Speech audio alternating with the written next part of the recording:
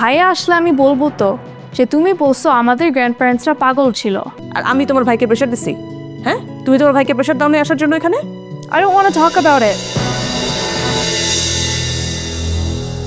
আচ্ছা রিমি, একটা কথা বলে কিছু মনে করো না, মানে তোমার ভাইয়ার এমন কেন হয় বলো তো?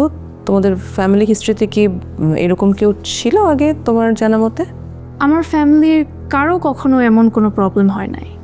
মানে তুমি রাগ করো না রিমি, মানে আমি একটা কথা বলি, তোমাদের গোষ্ঠী থেকে কেউ পাগল টাইপের কেউ ছিল না তো? মানে তোমাদের মানে হতে পারে না গ্র্যান্ড প্যারেন্টস যারা ছিল তাদের তো কেউ থাকতেও পারে এরকম। তুমি কিছু মনে করো, আমি কিন্তু কিছু মিন করে বলিনি, জাস্ট এমনি বলছি। হ্যাঁ ভাবি কি বলো এটা? আমি তো মনে করি তুমি ভাইয়াকে অনেক প্রেশারে রাখো, সেজন্যই সব ভুলে যায়। ও তো নেয়ার একটা লিমিট আছে। আর তুমি এটা কি বললা আমাদের ফ্যামিলিতে পাগল? ভাইয়া আসলে আমি বলবো তো যে তুমি বলছো আমাদের গ্র্যান্ড প্যারেন্টসরা পাগল ছিল।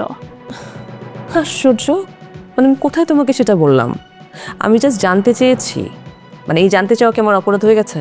না, তুমি জানতে চাও নাই, তুমি ইনডাইরেক্টলি ভাইয়াকে পাগল বলছো। তুমি ওকে স্ট্রেস দিতে দিতে এই অবস্থা বানায় ফেলছো। তোমার কারণে সে চাকরি বাকরি ছেড়ে কানাডায় চলে আসছে। In fact he had no plans to come to Canada. He was a professor and he was happy with what he was doing. You forced him into a life he never wanted. তুমি কি বলতেছো এইসব? মানে আমি কোথায় তোমার ভাইকে force করছি বলো তো? মানে মানুষ কি একটা বেটার লাইফ চাইতে পারে না? তোমার ভাই দিনাজপুরের একটা কলেজের প্রফেসর হয়ে জীবন কাটিয়ে দিচ্ছিল, মানে আমি সেই লাইফ চাই নাই। আমি কানাডায় আসতে চাইছি। এই কানাডায় আসতে চাওয়া মানে তো মানে খারাপ কিছু না, এটা ফ্যামিলির ডিসিশন ছিল। আর সেই আসছে দেখে তো তুমি পরে চলে আসছো।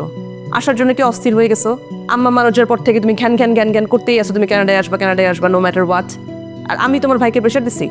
হ্যাঁ, তুমি তোমার ভাইকে প্রেশার দাও না আসার জন্য এখানে? I don't want to talk about it.